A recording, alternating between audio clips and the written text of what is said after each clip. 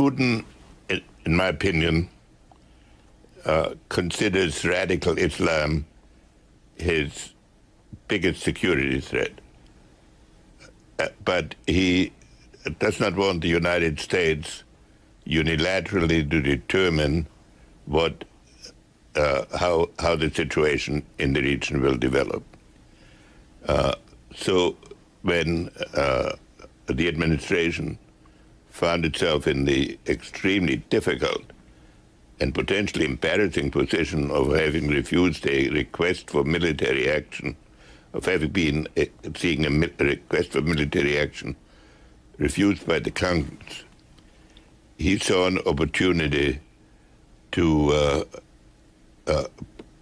perhaps get into step with us by easing an immediate American difficulty, but solving a common problem. In my observation, his biggest fear in Syria was that it would lead to a radicalization of the region, and not so much to protect any one individual. Do you think that Russia can be trusted to have the same interests as the United States here? Should we trust what is coming out of Moscow these days? We don't have the same interests, but we have, in some cases, compatible interests. I think the Russians were concerned, as Henry pointed out, that the region might explode, and this will affect also Russia's position, particularly in the Caucasus, where there is an Islamic resentment against Russian domination that's gaining momentum and is becoming more violent. And secondly, he saw an opportunity to diminish America's standing as the preeminent power in the region. The fact of the matter is, our hegemony in the region is declining, but we're still the main player.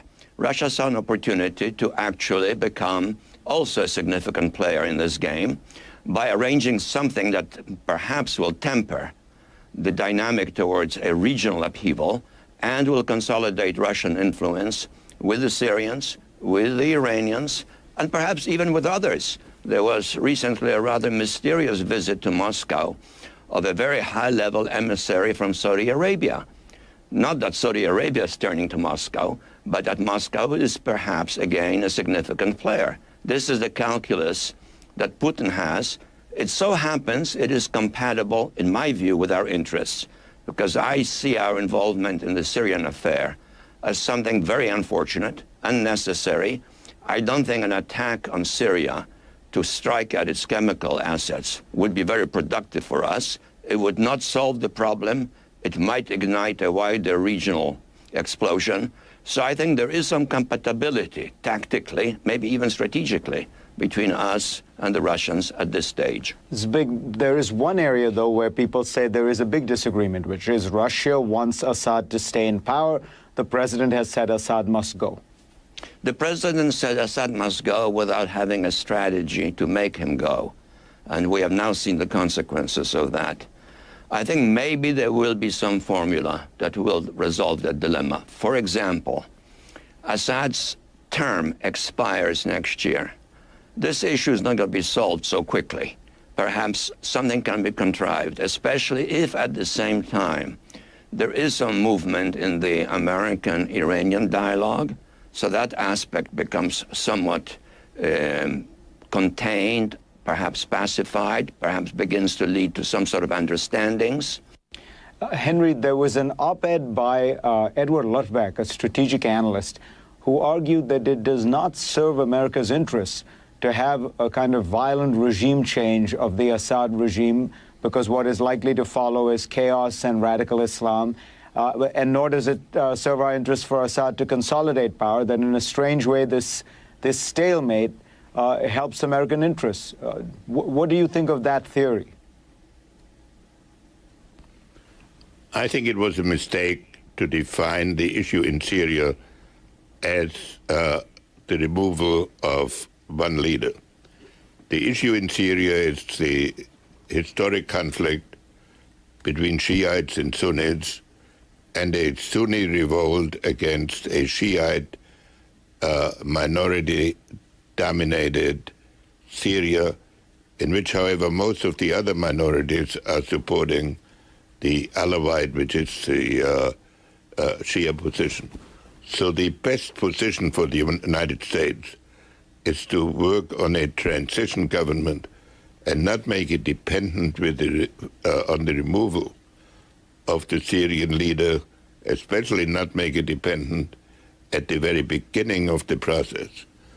And from the beginning, Putin had said that the immediate removal of Assad would lead to chaos.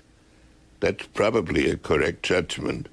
Zbig, do you think that this is, at the end of the day, a success in foreign policy terms, or has the Obama administration snatched some kind of victory from the jaws of defeat? I don't think it is a victory for either side, first of all. The Russians are avoiding something that they would not like to see happen in the region. We are prevented from doing something which will be equally damaging to the region, but worse probably for us, namely some pointless military strike which merely dramatizes American involvement in the war, and probably then an escalation of the effort. Our actions were misconceived, badly calculated, and I think this gets us off the hook. We can't use force anymore overtly, unless Assad is stupid enough to use chemical weapons again, which I doubt. Henry Kissinger, Zbigniew Brzezinski, thank you as always.